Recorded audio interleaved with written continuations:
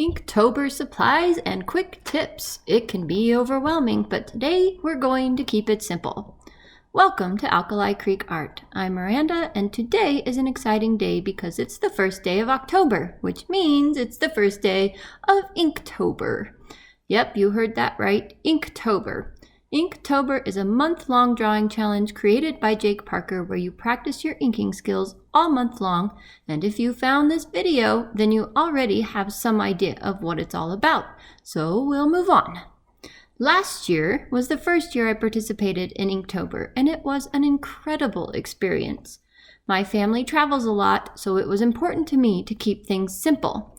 I chose a small sketchbook that I could take anywhere with me, plus this small pencil bag that contained all of my supplies. With Inktober, I feel like it's a good idea to have a plan because as the days and weeks go on, it can start to become a challenge to get the day's drawing completed and posted. I use the official prompt list because I like to see the different way artists interpret the same words. I always start thumbnail sketches with ideas for my drawings the moment I can get my hands on the prompt list, which is usually around September 1st. Fellow YouTuber Art a la Carte used the fun term Sketchtember for this process, and I have her video linked in the description below. Anyway, these thumbnail sketches start the creative process and the ideas flowing, and they give you a decent idea of where each element of your drawing will end up in the final sketch. This year and last, I've used separate sketchbooks for my thumbnails versus the sketchbook for my final sketches and ink drawings. I really enjoy having a theme that runs through all 31 of my sketches. You can see from last year's sketches that I used the theme of motorcycles in every single drawing. This was a really fun way of doing Inktober because it gave me a starting point for that day's drawing. I knew it had to incorporate motorcycles in some way, and it was incredibly fun to figure out how a motorcycle theme could fit into some of the word prompts.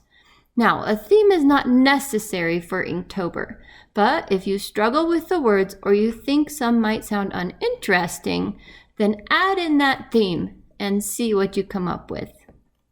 My theme for this year's Inktober is going to be classic cars, and mostly classic trucks. And there are a few prompt words that I've struggled with when I'm coming up with my ideas, but that's part of the fun. Now, on to the supplies. Last year, I used this Stillman & Byrne Epsilon series sketchbook, which I'll link below. It came with 50 pages, and after doing all 31 days of Inktober last year, I somehow had 20 pages left over. I wanted to do this year's Inktober in the same sketchbook, but I didn't have enough pages left, so I just ordered the exact same sketchbook from Amazon, pulled the 11 pages I needed out of it, and inserted those blank pages into this sketchbook. So now I have exactly enough pages that are all the same to fit my Inktober 2019 sketches along with my 2018 sketches, and I still have the other brand new sketchbook available to use with 30 pages left in it. In my pencil bag from last year, I have all these supplies, but these ones here are the ones I used without fail every single day.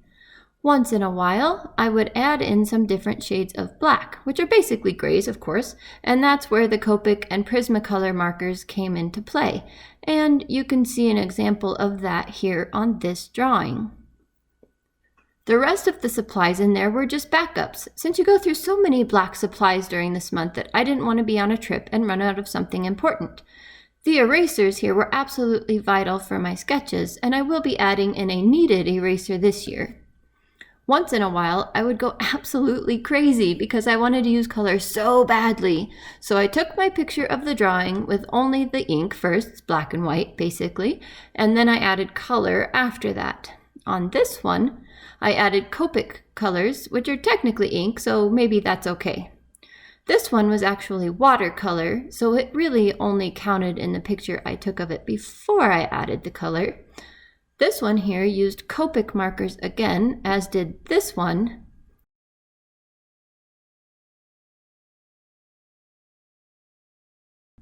But this one was watercolor again.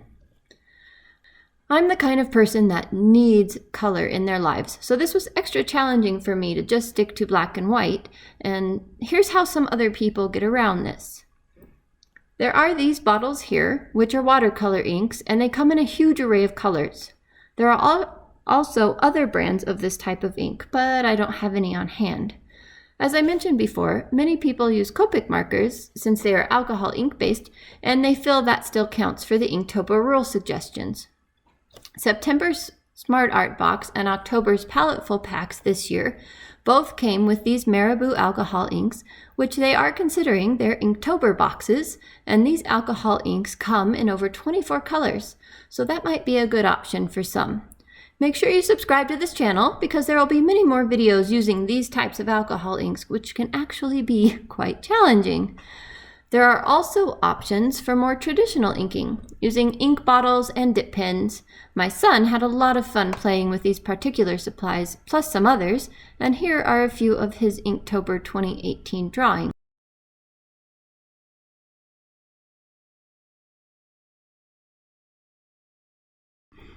Some people are also considering the Derwent ink tints pencils and blocks as allowed supplies for Inktober, since they are ink-based and become mostly permanent after you apply water to them. In my opinion, it doesn't really matter what supplies you use. You can take these Inktober word prompts and just use them to spark ideas for creating art every day in whatever media you prefer. As long as you're creating art and using the word prompt for that day, I for one would love to see your work and how you interpreted the prompt. For me, I'm sticking to black and white again, and at the same time, I'm sure I'll probably go crazy with wanting color in a few of my drawings, and I'll probably add in a touch of color with my Copic markers, just as I did last year. The watercolor didn't actually work very well on this sketchbook paper, so I'll be avoiding that. One last thing. Sometimes getting your sketch just right will require a lot of erasing and redrawing. So last year, I usually sketched on a piece of copy paper, or you could use a separate sketchbook, and then when it was just right, I would use this light box to transfer it to my final sketchbook before doing the inking. Please let me know in the comments if you are doing Inktober this year and what supplies you're using. Remember to subscribe for more crazy art videos every week and hit the bell so you'll be notified when they've been uploaded.